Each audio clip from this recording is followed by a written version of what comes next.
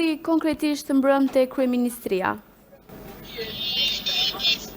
Atëherë, praktikisht policia e shtetit e ndodhur përsëri për të disatën radhë në një akt të paligjshëm, ndërhyri për të prishur protestën para kryeministrisë. Dhe gjatë këtij procesi të paligjshëm, ata sekuestruan edhe mjetet e protestës, duke filluar që nga karrige, tek posteri, tek uji i pishëm, edhe madje deri tek koshi mbeturinave. Kjo për ne është sulmi i radhës, që Edi Rama personalisht jep si urdhër për drejtorët e tij të policisë të prishnin për protestë paqësore. Kundra çdo lloj norme, qoftë procedurës policore, po edhe po ashtu të drejtave të njeriut. Neni 44, nëse nuk gabohem, i Kushtetutës, e garanton turbimin paqësor dhe protestën paqësore të qytetarëve. Gjithashtu edhe neni 11 i Konventës Europiane për Drejtat e Njeriut e garanton protestën. Por këta që prej datës 8 dhjetor janë të vendosur për ta sulmuar, sepse Edi Rama nuk e duron dot, që ne jemi këtu çdo ditë duke i thënë se ai është hajduti më i madh në Europë. Përsi ndodhi konkretisht përplasja? Atëherë, ata, policia e shtetit, na ka bërë të ditur disa herë se ne mund të protestojmë, por pa mjete proteste, pra duke hequr gjitha elementet që suportojnë protestën, pavarësisht se ne kemi bërë kërkesën për të zhvilluar një protestë 24 orë pa ndalim. Ata duan ta mbyllin dhe si pasojë nuk lejojnë vendosjen e çadrave, nuk lejojnë bashkinë që të lejojë lidhjen e energjisë elektrike, siç e ka dhe ligji, në mënyrë që ne të zhvillojmë protestën.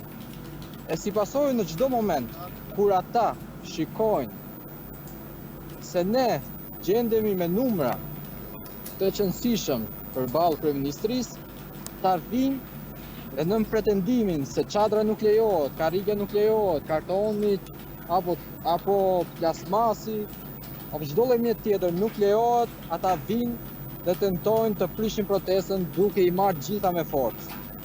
Kundra edhe procedurës policore, e cila e ka detyrim ligjor që fillimisht para se të ndërhyjë me dhunë dhe fizikisht duhet të njoftojnë dhe duhet të kërkojnë heqjen e sendeve që për ta janë paligjshme.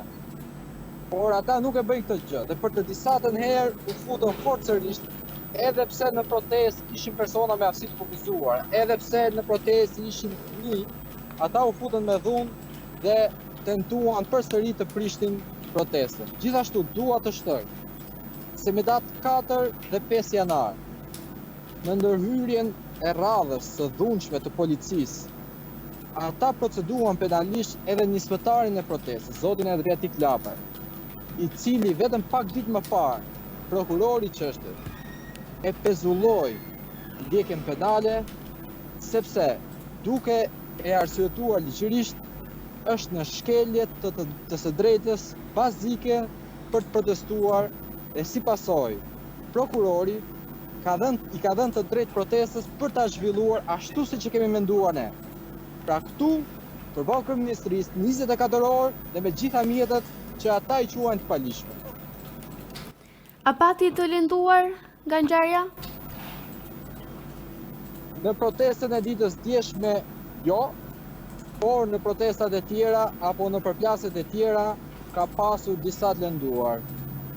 Besoj e mbani mend edhe vetë Adriatik Lapaj, 5 janar në ndërhyrjen e policisë, ngeli pandemia si pasojë e dhunës policore dhe ushtrua në Spitalin e Traumës në Tiranë. Gjithashtu edhe 3 aktivistë të tjerë me datë 4 janar ushtruan në Spitalin e Traumës si pasojë e dhunës policore. A ju kanë shqetësuar këto ditë efektivët e policisë, cilat janë kërkesat e tyre? Atëherë, për të bërë të qartë diçka, për ne, si qytetar që protestojmë, nuk është problemi në vetvete të efektivi policisë apo të oficeri.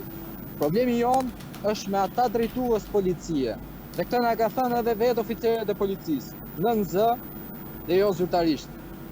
Drejtor, përgjegjës të policisë së shtetit, të gjitha ranqeve, të cilët i thonë policëve se duhet të shpërndajnë protestën, se kemi urdhër nga lart.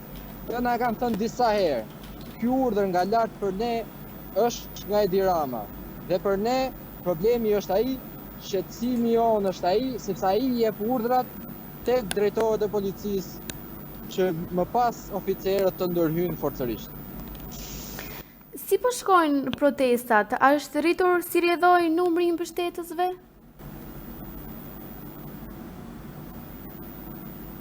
Nuk dua ta lidh në mënyrë direkte pjesëmarrjen me aksionet policore, por patjetër tashmë që edhe kushtet atmosferike janë më të pranueshme, sepse ju e dini në fillim të janarit, po gjithashtu edhe gjatë shkurtit, situata atmosferike ishte shumë e vështirë, e si pasojë dhe numrat në protestë ishin modest dhe tu kanë ndetur vetëm qendrëstarët të cilët me forcë dhe me shpirt ndërdhëm i kanë bërë ballë shiut edhe erës.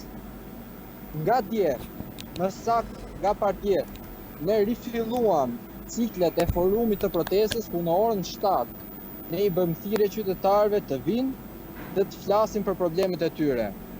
E si pasojë që nga rinisja e këtij forumi, pjesëmarrja është rritur ndjeshëm dhe të gjithë qytetarët janë të lirë të na bashkohen dhe nëse kanë ndonjë shqetësim apo nëse duan të shprehin diçka, janë të lirë po ashtu dhe të marrin mikrofonin tek qendra jonë e zërit për të shprehur pakënaqësitë apo për të shprehur idetë e tyre. Erjon, ju keni disa muaj që po protestoni në kushte të vështira. A do e vazhdoni ju qendresën tuaj? Protesta jonë vazhdon. Vazhdon për disa arsye. E para, sepse tashmë pushteti që drejton Edi Rama është kokulur përballë qytetarëve. Ne jemi të bindur se me vazhdimin e protestës ne do të mund t'i japim goditjen e duhur në opinion publik në mënyrë që ndërgjegja qytetare të zgjohet dhe të vinë në shesh. Nëse mbani mend, kryeministri Rama pas zgjedhjeve të 11 majit doli me një arrogancë shumë të madhe përballë shqiptarëve dhe me 83 mandatet e manipuluara filloi një aksion duke prishur pronën e qytetarëve. Duke menduar se pavarësisht abuzimeve që ai dhe qeveria e tij ka bërë, ai ka dashur ta transferojë fajin apo paligjshmërinë nga Këshilli i Ministrave te qytetarët. Por çfarë ka bërë protesta? Protesta ka bërë që duke nisur nga data 8, dhe jo vetëm protesta jonë, po protesta e gjithë forcave dhe rrymave shoqërore, duke përfshirë dhe atë të Partisë Demokratike dhe atë të partive tjera. Tashmë e kanë ndalur këtë vrull të arrogancës së qeverisë Rama. Dhe e gjithë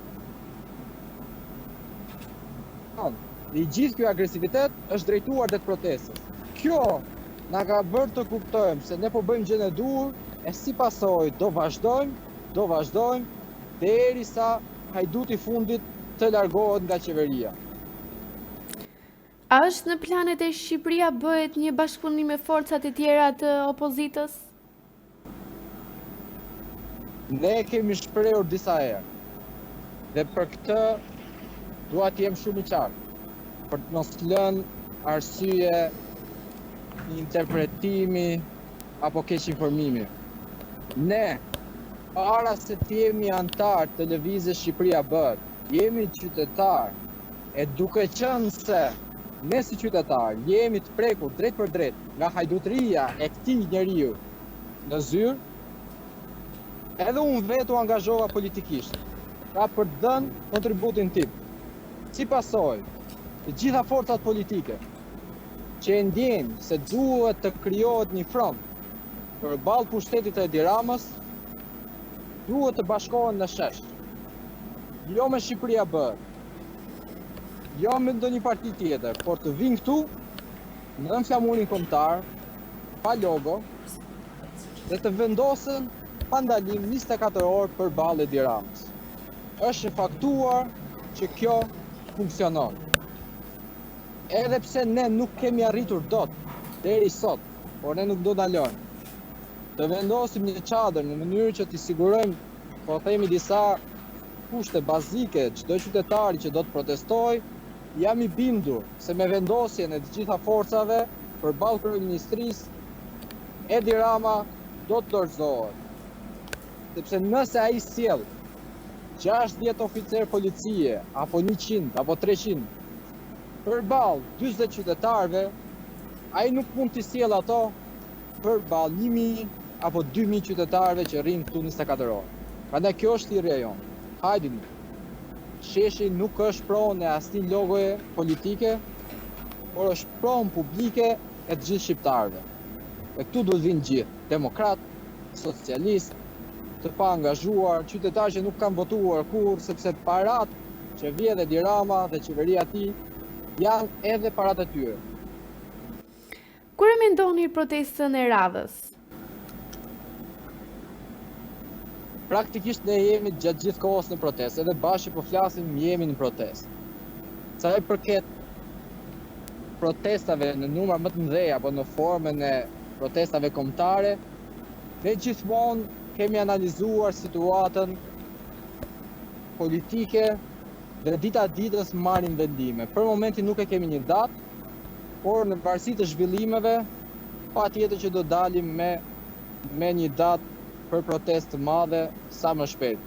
Ne i kemi, po themi, konsumuar apo zhvilluar 5 protesta kombëtare, duke filluar nga ajo e datës 20 dhjetor, më pas me 4 janar, 17 janar dhe 31 janar dhe e fundit me 1 mars. Dhe presim që qytetarët të vinë të na bashkohen. Datat do ishin thjesht një element i papërfillshëm nëse njerëzit, nëse qytetarët do të vinë këtu në shesh. Sheshi duhet të bllokohet, sepse kjo qeveri duhet të bllokohet një herë më parë që të ndalë rrjedhja e taksave publike. Erion, shumë faleminderit për kohën edhe përgjigjet tuaja.